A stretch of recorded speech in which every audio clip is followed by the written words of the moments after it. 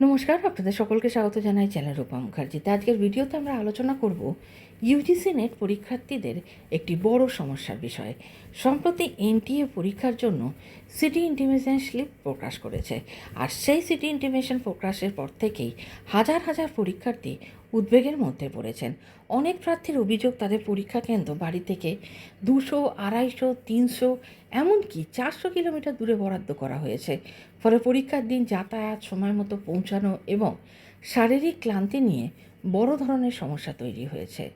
অনেক প্রার্থী জানিয়েছেন যে তারা যে শহরগুলি পছন্দ হিসাবে দিয়েছিলেন সেই শহরগুলির কোনোটিই পাননি, বরং সম্পূর্ণ ভিন্ন শহরে পরীক্ষা কেন্দ্র বরাদ্দ হয়েছে।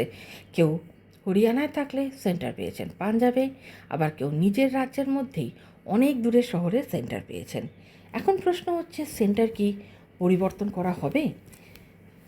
সত্যি বলতে গেলে সেন্টার পরিবর্তনের সম্ভাবনা খুবই ক্ষীণ, বলতে পারেন যে নেই। তবে অতীতের কিছু পরীক্ষায় ব্যতিক্রমী পরিস্থিতিতে কিছু প্রার্থীর ক্ষেত্রে পরিবর্তন করা হয়েছিল পরীক্ষা সেন্টার, তাই সম্পূর্ণভাবে আশা ছেড়ে দেওয়ারও প্রয়োজন নেই। যদি আপনার পরীক্ষা কিন্তু অত্যন্ত দূরে হয়ে থাকে তাহলে এনটিএকে ইমেল করতে পারেন, তবে ইমেলের সঙ্গে অবশ্যই সঠিক ও যুক্তিসঙ্গত কারণ উল্লেখ করতে হবে। এবং ইমেল করার সময় আমি যে বিষয়গুলি আপনাদের সামনে উল্লেখ করতে চলেছি সেগুলি অবশ্যই ইমেলে থাকা দরকার। আপনার application number, subject name, city intimation slip, পরীক্ষা কেন্দ্র কত দূরে রয়েছে, যাতায়াতে কী ধরনের সমস্যা হচ্ছে, প্রয়োজন হলে প্রমাণপত্র সংযুক্ত করুন। অনেক পরীক্ষার্থীর সমস্যা হচ্ছে রিপোর্টিং টাইম নিয়েও। সকাল 9টার শিফটের ক্ষেত্রে অনেক সময় সকাল 8টার মধ্যেই রিপোর্ট করতে হয়। যদি সেন্টার 250 বা 300 কিলোমিটার দূরে হয় তাহলে আগের রাতেই রওনা দিতে হতে পারে। আবার বিকেলের শিফটেও একই সমস্যা রয়েছে। গরমের মধ্যে দীর্ঘ ভ্রমণ করে পরীক্ষা দেওয়া অত্যন্ত কষ্টকর হয়ে দাঁড়ায়। এতে পরীক্ষার্থীদের মানসিক চাপ আরও বেড়ে যায়। অনেকেই বলছেন, যখন পরীক্ষার্থীদের কাছ থেকে 4টি পছন্দের শহর নেওয়া হয়েছে তখন অন্তত সেই পছন্দগুলির মধ্যে একটি শহরে সেন্টার দেওয়া উচিত ছিল। এত দূরে সেন্টার দেওয়ার পরীক্ষার্থীদের অসুবিধা বেড়েছে।